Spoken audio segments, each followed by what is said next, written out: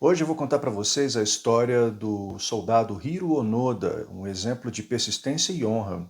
Mas cuidado que nem sempre esses valores são positivos.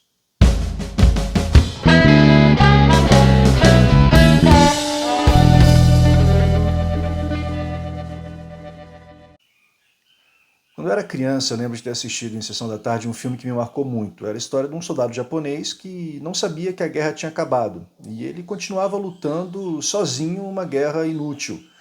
E depois eu fiquei sabendo, quando eu cresci, que essa é uma história verdadeira. Na verdade, houve alguns soldados nessas condições. Talvez o mais famoso dele tenha sido o Hiro Onoda, um soldado japonês que se alistou com 18 anos no exército, um ano antes de Pearl Harbor, e foi lutar vindo de uma linhagem de samurais. E ele então queria honrar essa tradição familiar. Bom, logo ele foi escolhido para servir no serviço de inteligência, foi treinado sobre notícias falsas, sobre como forjar ideias e foi mandado às Filipinas para lutar.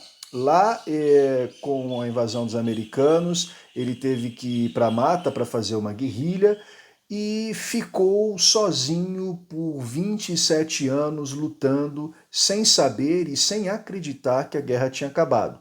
Sim, porque os americanos lançaram panfletos, o próprio governo japonês lançava propaganda, sabendo que ele estava lá, para que ele fosse informado de que a guerra tinha acabado. Mas ele não acreditava nas notícias que ele recebia, ele achava que aquelas notícias eram falsas, eram contra-informação e continuou lutando.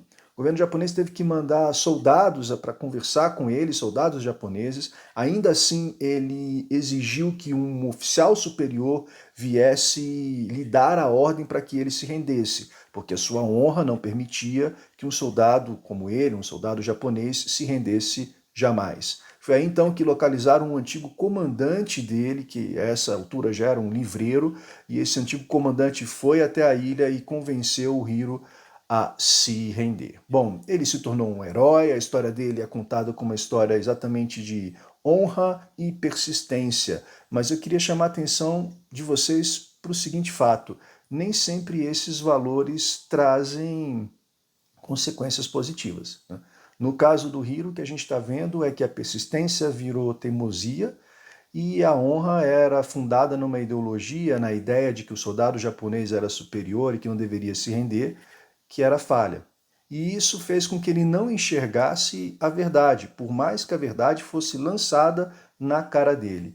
Eu acho que esse é um bom exemplo para a gente pensar também nos dias de hoje, né? Às vezes a gente está guerreando, está lutando guerras que são inúteis, guerras que não levam a nada, guerras que vão só fazer com que a gente fique cada vez mais cansado. E também, hoje em dia, muita gente, por mais que as evidências sejam colocadas, por mais que as informações estejam disponíveis, preferem acreditar numa verdade paralela por conta de ideologias quase sempre furadas. Então, a história do Hiro, embora pareça muito distante da gente, eu acho que ela serve para a gente refletir um pouco sobre como anda a nossa sociedade hoje em dia.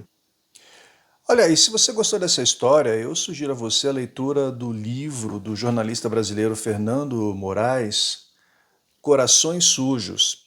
Tá aqui. Não é a história do Hiro, mas é uma história parecida que acontece na colônia japonesa aqui no Brasil.